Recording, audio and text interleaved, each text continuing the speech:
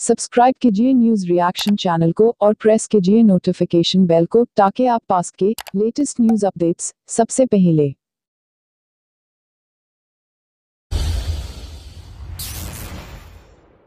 सम्राट महान अशोक भी युद्ध की ही उपज है, इसलिए युद्ध के बिना कोई शुद्ध होता ही नहीं है।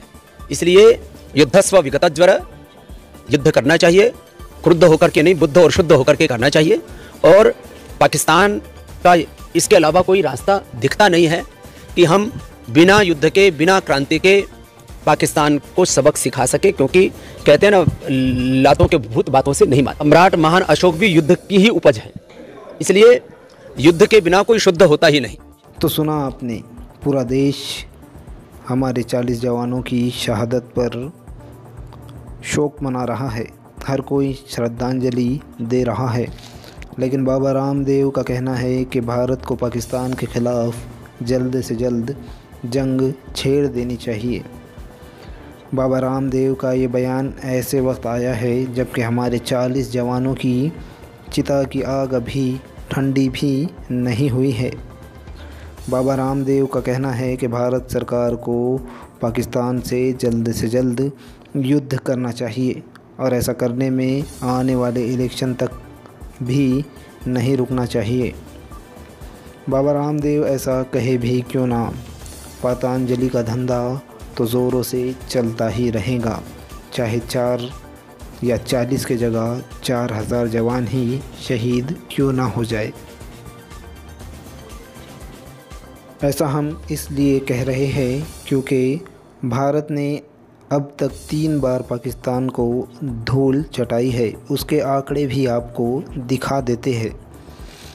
भारत और पाकिस्तान की पहली जंग 1948 में हुई, जिसमें भारत के 1404 सैनिक शहीद हुए, जबकि पाकिस्तान के 1500 सैनिक मारे गए।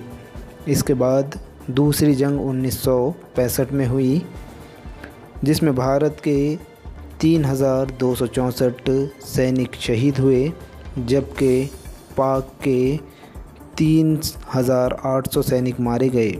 इसके बाद तीसरी जंग 1971 में हुई, जिसमें पाकिस्तान के 7900 सैनिक मारे गए, जबकि भारत के 3843 सैनिक शहीद हुए। इन सब आंकड़ों को देखने के बाद शायद बाबा रामदेव का ये ख्याल बदल जाए, क्योंकि इन्हीं वजहों से देश का कोई भी समझदार नागरिक युद्ध को आखिरी विकल्प मानता है, चाहे देश के हालात कितने ही ख़राब क्यों ना हो जाए। लेकिन हमारे देश में कुछ ऐसी पार्टियां भी हैं जो आने वाले चुनाव को देखते हुए लोगों को लुभाने के लिए युद्ध का राग अलाप रही है। इसके अलावा ये आंकड़े उस समय के हैं जब ना तो भारत ना ही पाकिस्तान न्यूक्लियर वेपन यानी परमाणु हथियार रखता था। लेकिन आज हाल ये है कि दोनों देशों के पास परमाणु हथियार उपलब्ध है। इसके अलावा जो हथियार भारत और पाकिस्तान के पास आज है वो उस समय से काफ़ी ज़्यादा आधुनिक है। यानी इस सब का मतलब ये कि अगर अब जंग हुई तो दोनों देशों का बहुत ज़्यादा नुकसान होगा। पाकिस्तान का क्या है, वो तो पहले से ही लूटा पिटा और आतंकवाद से त्रस्त देश है। लेकिन हमारा मुल्क एक तेज़ी से तरक्की करता हुआ देश है। यही वजह है कि देश का कोई भी समझदार नागरिक इस मुद्दे पर बात करते हुए यही कहता है कि हमें सबसे पहले बातचीत यानी डायलॉग करना चाहिए और जंग यानी युद्ध आखिरी विकल्प है, जिसे अपनाने में किसी भी पार्टी या सरकार को जल्दबाजी नहीं करनी चाहिए। बाकी पाकिस्तान को सबक सिखाने के और भी कई रास्ते हैं जो भारत सरकार एक के बाद एक जारी करती नज़र आ रही है। हमारी पाकिस्तान की आवाम से कोई दुश्मनी नहीं है, कोई बैर नहीं है, लेकिन वहाँ के जो सत्तासीन लोग हैं वो लोग इतने नादान हैं कि उनको हम बिना अब वार के, प्रहार के समझा नहीं सकते। आपको लगता है कि युद्ध की जैसी स्थिति है इस समय, युद्ध होगा?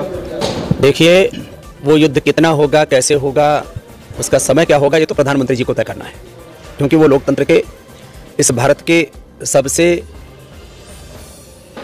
बड़े ओहदे पर, संवैधानिक पद पर हैं। उनको ये निर्णय लेने हैं, लेकिन अब निर्णय में देरी नहीं होनी चाहिए और निर्णय ऐसा होना चाहिए कि रोज रोज की शहादत से एक बार का युद्ध, एक बार की आर पार की लड़ाई, वो श्रेष्ठ। सब्सक्राइब कीजिए न्यूज रिएक्शन चैनल को और प्रेस कीजिए नोटिफिकेशन बेल को ताकि आप पास के लेटेस्ट न्यूज अपडेट्स सबसे पहले